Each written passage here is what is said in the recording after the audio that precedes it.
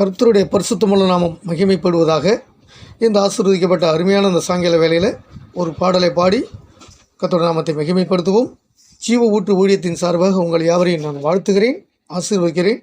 கிருபை உங்களுக்கு இருப்பதாக. ஆமென்.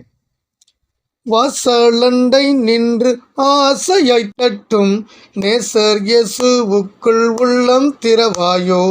வாசலண்டை நின்று ஆசையாய் தட்டும் நேசர் இயேசுவுக்குள் உள்ளம் திறவாயோ.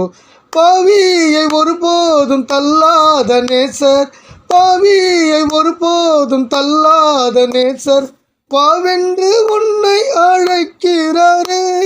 வாசலண்டை நின்று ஆசையாய் தட்டும் நேசர் இயேசுவுக்குள் உள்ளம் திறவாயோ. ஆதரிப்பார் யாரும் இல்லை என்றெண்ணி ஆதரை மீதினில் அலைந்திடுவாயோ. ஆதரிப்பார் யாரும் இல்லை என்றெண்ணி ஆதரை மீதினில் அலைந்திடுவாயோ. காணாத ஆட்டை தேடி வந்த மெய்ப்பர், காணாத ஆட்டை தேடி வந்த மெய்ப்பர், கண்டுன்னை மந்தையில் சேர்த்திடுவார். வாசலண்டை நின்று ஆசையை தட்டும் நேசர் இயேசுவுக்குள் உள்ளம் திறவாயோ. வழியும் சத்தியமும் ஜீவனும் இயேசு, வாசலும் மெய்ப்பனும் நாதனும் இயேசு.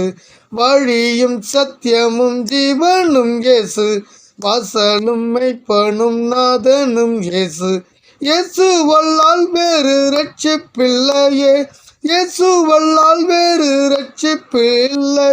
ரட்சண்ய நாள் என்று வந்திடாயோ. வாசலண்டை நின்று ஆசையை தட்டும் நேசர் இயேசுவுக்குள் உள்ளம் திறவாயோ.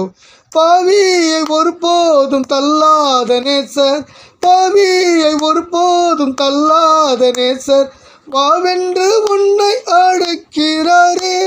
வாசலண்டை நின்று ஆசையை தட்டும் நேசர் இயேசுவுக்குள் உள்ளம் திறவாயோ. Praise the Lord. கர்த்தருடைய மகா பரிசுத்தமான நாமம் மகிமைப்படுவதாக.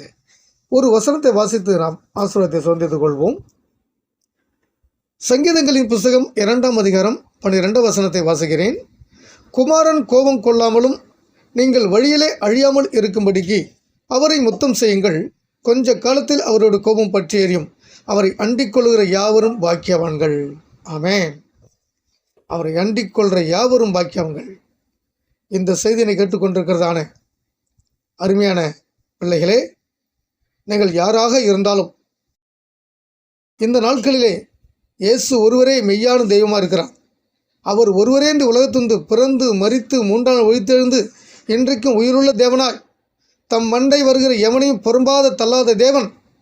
உங்களை சேர்த்து கொள்வதற்கு அவர் பிரியமுள்ள தேவனாக இருக்கிறார். உலகத்திலே அவர் நாமத்துக்கு விரோதமாய் எத்தனையோ தீசக்திகள் எழுப்பிக் கொண்டிருக்கிறது. கர்த்தருக்கு விரோதமாகவும் அவர் அபிஷேகம் பண்ணுக்கு விரோதமாகவும் பூமியின் ராஜ்யங்கள் எழும்பி நின்று அதிகாரிகள் ஏகமாய் ஆலோசனை பண்ணி என்று சங்கீதம் 2:2 எழுதப்பட்டிருக்கு. இன்றைக்கு இந்த வார்த்தை மெய்யாகவே நிறைவேறி கொண்டிருக்கிறது. சங்கீதம் 74ஆம் அதிகாரத்தை நீங்கள் வாசித்து பார்த்தால் அங்கே கர்த்தருடைய ஆலயத்துக்கு விரோதமாய் எத்தனை தீசக்தியில் எழும்பி கர்த்தர் ஆலயத்தை சுட்டரிப்பதையும் அவர் நாமத்துக்கு விரோதமாய் எழும்பி கொடியை நாட்டி கர்த்தருடைய ஆலயத்தை எரிப்பதையும் இங்கே காண்கிறோம். ஆனால் இங்கே கர்த்தருடைய அதை தெளிவாய் சொல்லுகிறது. எப்பொழுது ராஜாக்களே உணர்வடையுங்கள், பூமியின் நியாயாதிபதிகளே எச்சரிக்கையாருங்கள், பயத்துடைய கர்த்தரை செய்வீங்கள், நடுக்கத்துடன் களி கூறுங்க என்று ஒரு எச்சரிப்பு சத்தத்தை கேட்டுக்கொண்டிருக்கிறது. எனக்கு அருமையான பிள்ளைகளே, இந்த செய்தியை கேட்டுக்கொண்டு பிரியமான தேவனுடைய பிள்ளைகளே, ஒரு எச்சரிப்பு சத்தம் உங்கள் காதுகளில் தொனித்து கொண்டிருக்கிறது. இந்த எச்சரிப்பு சத்தத்துக்கு நீங்கள் செவி கொடுத்தால் ஆண்டவர் கொடுக்கிறதான இந்த விலையேறப்பட்ட ரட்சிப்பை சுதந்திரித்து முடிவிலே பரலோகராஜ்யத்தை பெற முடியும் என்பதிலே எல்லளவும் சந்தேகமில்லை. அதனால்தான் தெளிவாக ஒரு வசனம் கூறுகிறது, குமாரன் கோபம் கொள்ளாமலும். இன்றைக்கு மக்கள் மத்தியில் ஆண்டவர் இயேசு கிறிஸ்துவை அவர் மன்னிக்கிறவர், அவர் சபைக்கு போனால் அவர் பாவத்தை மன்னித்து யாராக அந்த ஏற்றுக்கொள்வார் என்று மக்கள் மத்தியிலே ஒரு சிந்தனை இருந்து கொண்டிருக்கிறது. ஆனால் நாங்கள் ஆராதிக்கிற ஆண்டவர் இயேசு கிறிஸ்துக்கு கோபமும் வரும். அவர் கோபம் கொள்கிற தேவன், அவர் எரிச்சலாக இருக்கிற தேவன், அவர் எரிச்சல் கொள்கிற தேவனாக இருக்கிறார். இந்த தேவனிட்ட நீங்கள் வந்தால் நீங்கள் எச்சரிப்பு அடைந்து உங்கள் பாவம் கழுவி சுத்திகரிக்கப்பட்டு நீங்கள் ஆண்டவர் பிள்ளையாய் மாறி ஆண்டவர் உண்டாக்கி வைத்திருக்கிற அந்த பரலோக ராஜ்யத்தை சுதந்திரிக்க கொடுப்பதற்கு அவர் சித்தமுள்ள தேவனாக இருக்கிறார். குமாரன் கோபம் கொள்ளாமலும் நீங்கள் வழியிலே அழியாமல் இருக்கும்படிக்கு இந்த உலகத்தில் இருக்கிற ஒவ்வொரு மனிதனுக்கும் ஒரு வழி உண்டு, ஒரு வேலை உண்டு, ஒரு குடும்பம் உண்டு, அவன் செய்கிற ஒரு தொழில் உண்டு. எதில் போய் கொண்டிருந்தாலும் ஆண்டவருக்கு பிள்ளையாய் நீங்கள் வாழ்ந்தால் நிச்சயமாய் நீங்கள் பரவராஜ்யத்தை சுதந்திரத்துக் கொள்ள முடியும். குமாரன் கோபம் கொள்ளாமலும், அந்த கோபத்துக்கு நாம் ஆள வேண்டிய அவசியம் இல்லையே. ஆண்டவர் இயேசு கிறிஸ்து கோபம் வரும் என்று எழுதப்பட்டிருக்கிறது. இந்த கோபத்துக்கு ஆள வேண்டிய அவசியம் என்ன இருக்கிறது? அவரெண்டே வந்து விடலாமே, அவர் பாதத்தை முத்தம் செய்யலாமே, அவர் கொடுக்கிற ரட்சிப்பை பெற்றுக்கொள்ளலாமே, அவர் கொடுக்கிற பாவமன்னிப்பை பெற்று பரிசுத்தமாகி முடிவில் பரவதை சொந்தித்துக் கொள்ளலாமே. இதை ஏன் நீங்கள் வேண்டாம் என்று ஒதுக்குகிறீர்கள்? இந்த செய்தியை கேட்டுக்கொண்டிருக்கிற பிரியமான தேவனுடைய பிள்ளைகளே, குமாரன் கோபத்துக்கு நீங்கள் ஆளாகாமலும் நீங்கள் வழியிலே அழியாமல் இருக்கும்படிக்கு அவரை முத்தம் செய்யுங்கள். எவ்வளோ ஒரு அருமையான வார்த்தை! அவர் பாதப்படியாகிய சபையை முத்தம் செய்யுங்கள். நீங்கள் சபைக்கு வந்தால் ரட்சிப்பு கிடைக்கும், பாவம் மன்னிப்பு கிடைக்கும், பரிசுத்தம் கிடைக்கும், முடிவிலே பரலோகம் கிடைக்கும்.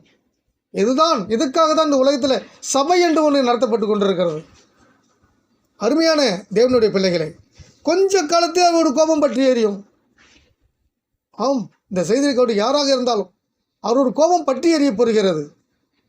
இந்த வைக்கப்பட்ட இந்த உலகம் அக்கினிக்கு ஈராக வைக்கப்பட்டு என்று எழுதப்பட்டிருக்கிறது. அக்கினிக்கு இறையாக போகிற உலகம் ஒரு நாள் பற்றி எரிய போகிறது. கொஞ்ச காலத்தில் அவரோட கோபம் பற்றி எரியும். நீங்கள் யாராக இருந்தாலும் அவரை அண்டிக் கொண்டால் இந்த விலையேறப்பட்ட ரட்சிப்புக்கு நீங்கள் சொந்தக்கார பிள்ளையை மாறுவீர்கள். கொஞ்ச காலத்திலே அவரோட கோபம் பற்றி எரியும். அவரை அண்டிக் கொள்கிற யாவரும் பாக்கியவான்கள் எழுதப்பட்டிருக்கு. ஆனபடியினால் நீங்கள் காலம் தாழ்த்தாமல் இன்றைக்கே நீங்கள் ஆயத்தப்பட வேண்டிய காலம், இன்றைக்கே ரட்சணை நாள், இன்றைக்கே ஆயத்த நாள். இந்த ஆண்டவர் இயேசுக்கு உங்கள் வாழ்க்கையை ஒப்பு கொடுத்து ஆண்டவர் பிள்ளையை மாறி ஆண்டவர் கொடுக்கிறதான இந்த விலையேறப்பட்ட ரட்சிப்புக்கு நீங்கள் சொந்தக்கார பிள்ளையை மாறுங்கள். கர்த்தர் தாமே உங்கள் யாவரையும் ஆசீர்வதிப்பாராக. ஆமென். God bless you.